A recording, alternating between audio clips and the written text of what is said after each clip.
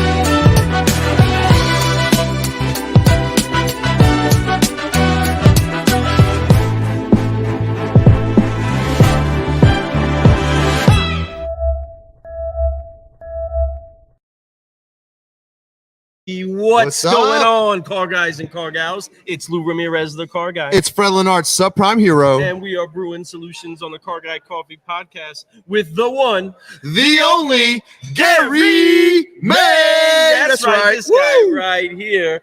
I don't know if you know the guy, but he's a genius. He's a genius. And if you don't know the guy, well, you need to get to know the guy. So it's incredible that we have him on the show. So, brother, how have you been this particular event? It feels like it's been forever since we've seen you, but at the same time, it really hasn't been that long. Since March. It really, yeah. Well, actually, no, because we had this thing in Tampa. Oh, right, yeah. I mean, everything is starting to just blend together for me. NADA, then we're together at Tampa, especially for the joint WIA party with Asotu. Yeah. We were hanging out there, and now Vegas for DSES, WIA, and then later this week for DD.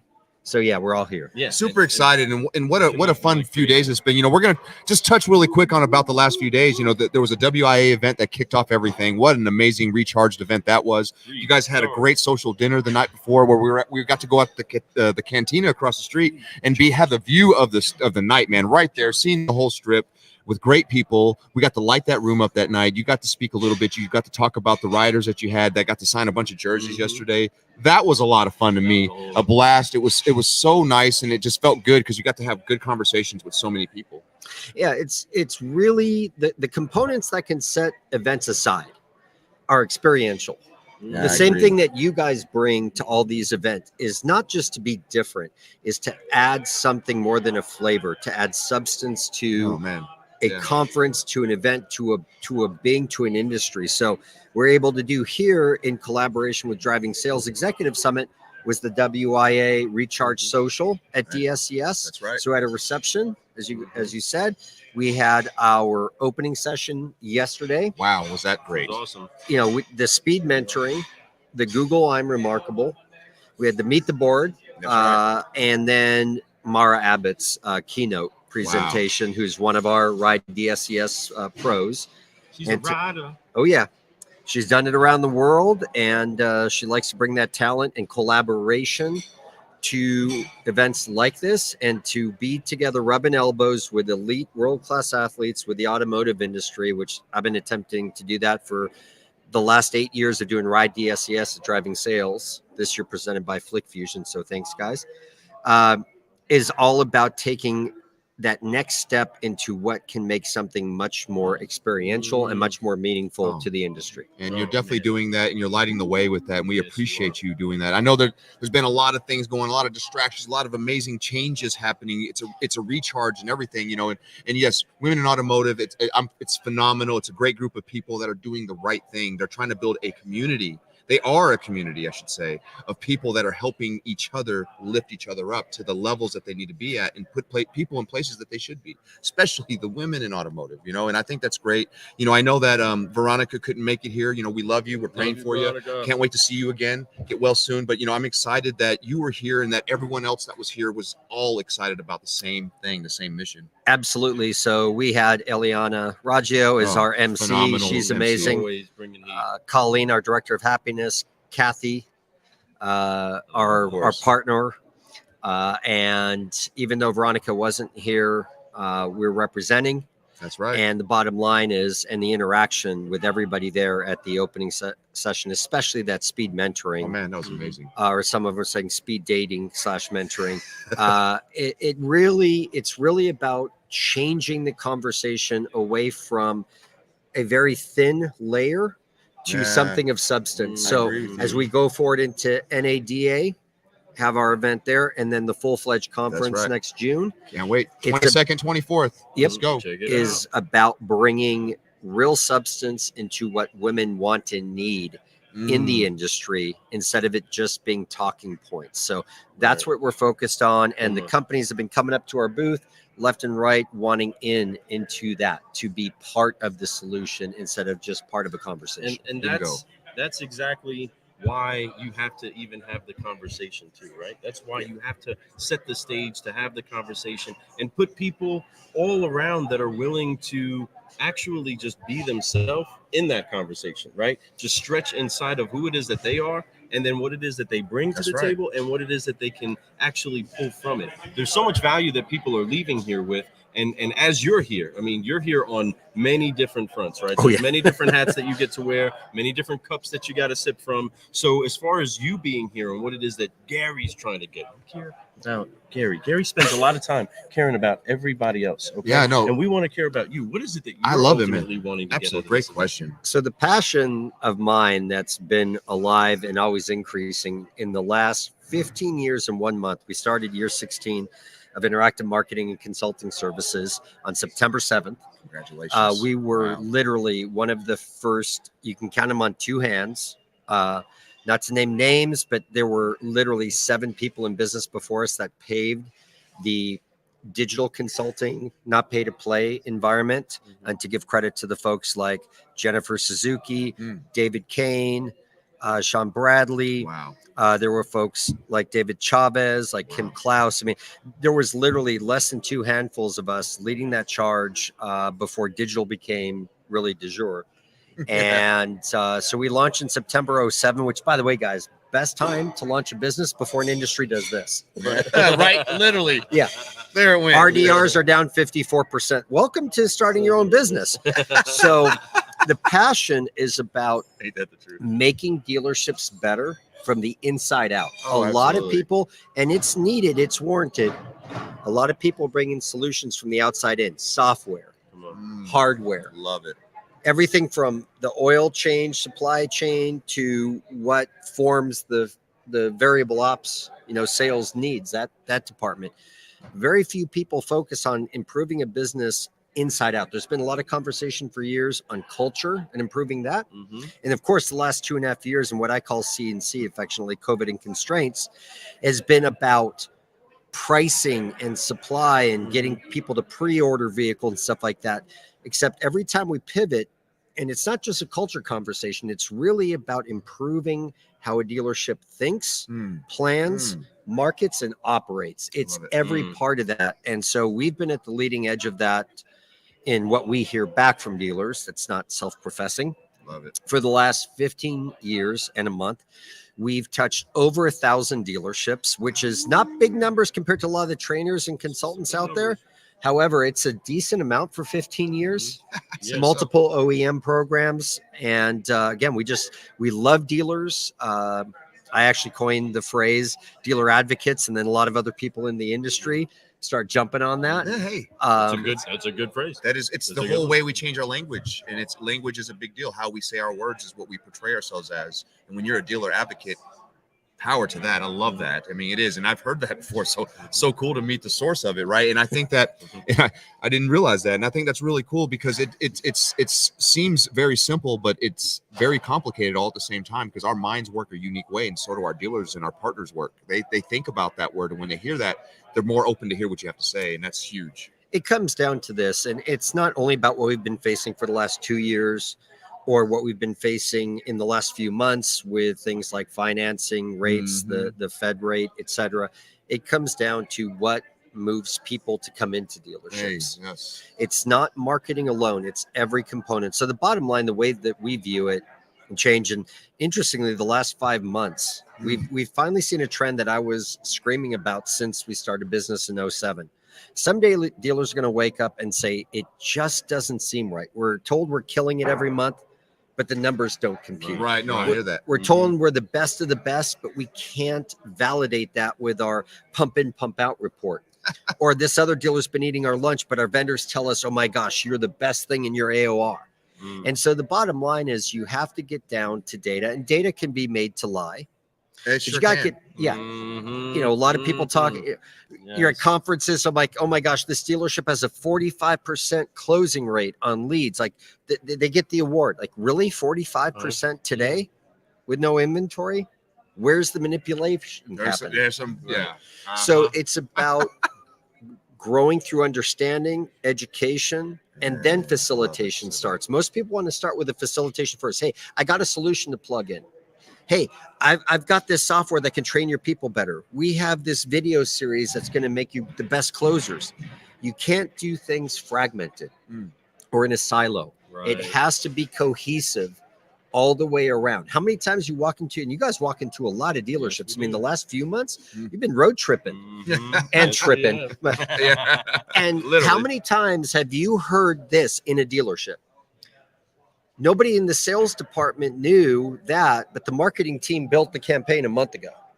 So, but they didn't know how to respond to customers. The BDC didn't know. All the time, to include the BDC, like you just said. I mean, it's not just the sales department doesn't know. Sometimes the BDC has no idea what promotions are happening. That is not good communication. The best ever example I had that an 8-store dealer group in mid-Texas hired us, drove up to the front of their main store right before the first meeting, about half an hour before start. Because are you ever not that early to a dealership? Come on, got to be pros, right? Show up, their digital sign on the freeway front said, used cars, no payments for 90 days. So what was my first question after we did the whole meet and greet in the BDC, 14 people and the BDC managers? My first question was what promotion are you running? Hello. It's a great question.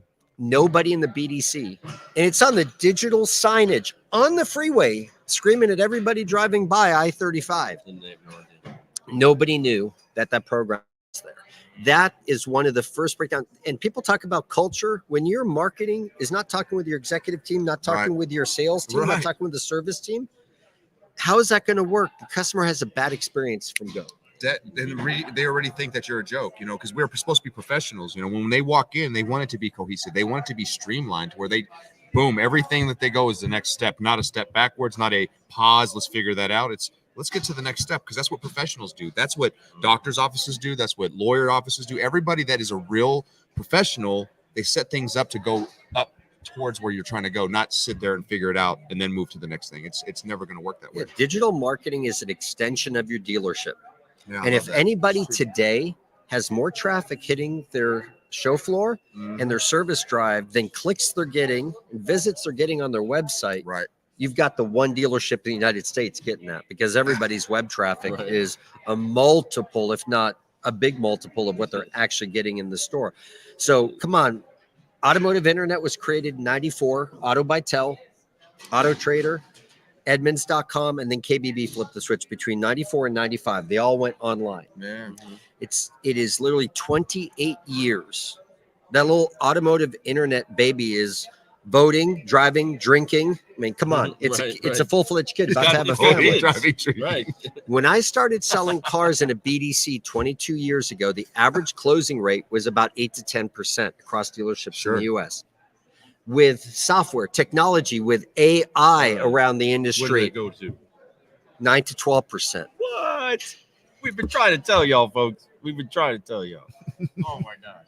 Now dealer go, well, no. You have to pull these leads out, and these are bad dupes, and this. Do you want the real numbers or not? You got to look at real numbers, gross to net. That's what it is. You bought a lead, you marketed a lead, you marketed a phone call. You have to count it all. What is your true net? So if we've moved from basically 9 to 12 in 28 years, we haven't done much, or at least 22 from when I came into the industry.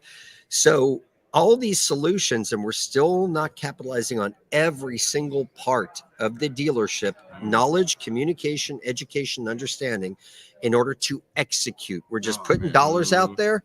and we're lighting them on fire. That's right. So literally what's happening, and that is a majority of dealers out there. That's not even like a small amount. It's pretty much, if you're watching this, you're probably doing that. 70% plus is the number I always use. So, and I think that's a very accurate number. There's just, even from my experiences of being out in the market myself and being in this industry for as long as I have, I've seen it, and you're 100% right on that. So I'll say that's a real stat, 100% right. And that's why we're trying to make sure that you get that information, right? You have to get that information. And if you're not actually seeking the true numbers, the true information you're going to keep, finding yourself in the rigmarole that gets you going back and forth inside of saying, hey, I got all new people and I want to try all new things, but nothing's changed. If you haven't changed the way you think, it doesn't matter which direction you go in. Eventually, you're back to chasing your tail.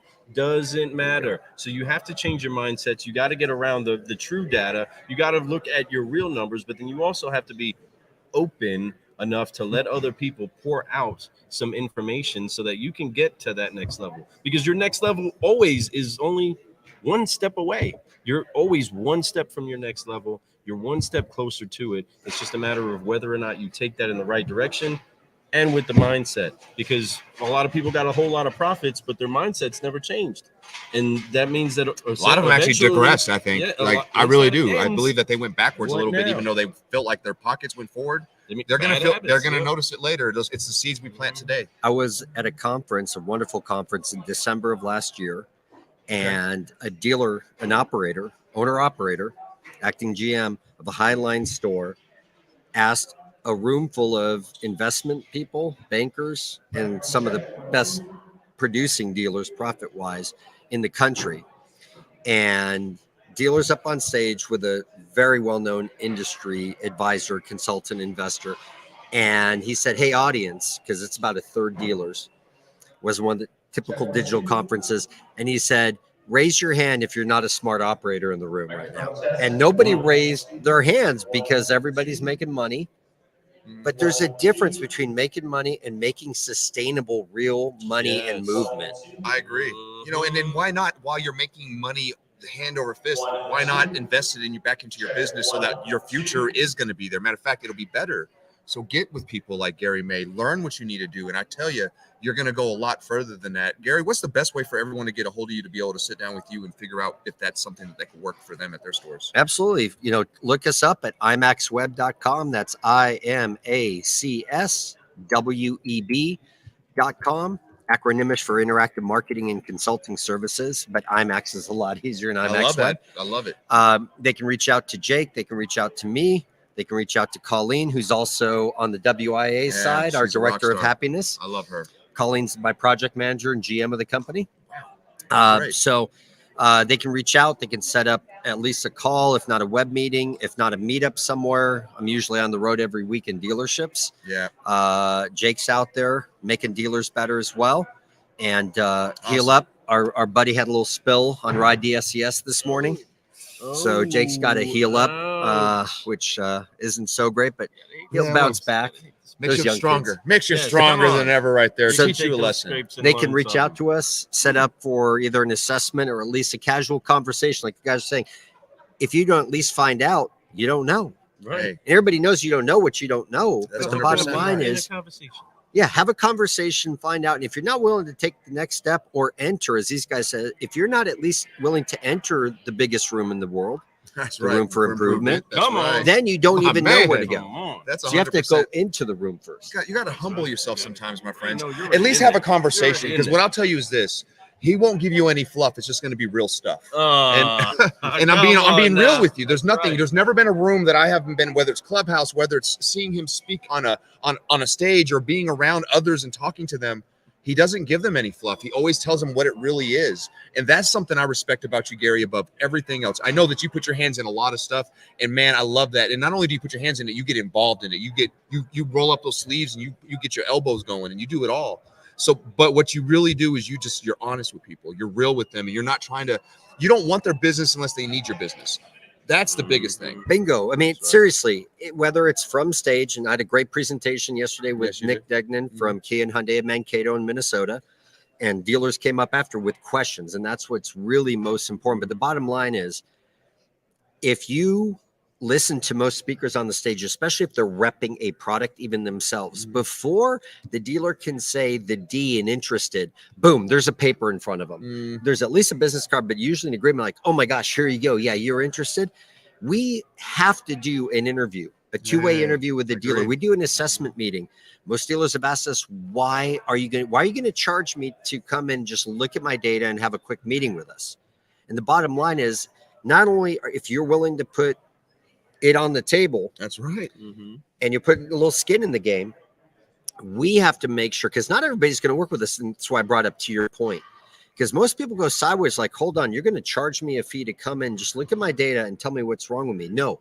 So that's the perception. Right. It really comes down to, you're going to get a playbook within 2 days after the meeting, and it's going to have what's wrong with a solution, what the solutions are, and how long, with a yield or improvement by percentage. So whether it's marketing, dollars, BDC improvement, it all comes down writing. We have to hold ourselves accountable. I love it. So that first interview happens, then we can be hired after the assessment meeting. It has to, you have to know you can work together. Right. And it's never an assumption. It's, you ask the questions and you find out for real. Because when you assume, you make an ass out of you and me every 100% of the time. That's another stat I could tell you is the truth. So that being said, I'm excited that you're here, Gary. We thank you so much for having us come in and be part of the show. Also, it means a whole lot to us. We love inviting you. Thank you. Making you part of the DSCS family. You're already part of the WIA family. We're honored to be But part yeah, of it. Veronica went to bat for you guys. I went to bat for you guys. And alas, Gibby and Jared and Dylan and everybody know what Car Guy Coffee is about, what Fred and Lou are about. That's it's about growing. That's right. Grow the industry. That's right. And we appreciate that so much. Thank you for being here. That we are so excited to be here, and I love that you're finishing this off so good, brother. You were such a pro at this. You're just so he is. He's smooth. This guy, he knows what's up. This isn't his first rodeo. He wants to talk about how to keep growing, and you know what it takes to keep growing, and that's to forgive, focus, and fly, so we can keep growing. So let's do this loud and proud. So excited to do this again, car guys and car gals. On 3, 1, 2, 3. Forgive, focus, fly, and keep growing. Keep growing. Woo! That's what I'm talking about. Man, I'm Fred Lenartz, the subprime hero. Get that high five. One more over There here. we go. And I'm Fred Lenartz, the subprime hero. And I'm Lou Ramirez, the car guy. And you've been brewing solutions on the Car Guy Coffee podcast with the one, the only Gary May. That's right, everybody. Thank you, Jeff. Thank you brother. so much. Man. Keep it brewing. Hey, Keep folks, it moving. make sure you guys check him out. Peace. iMac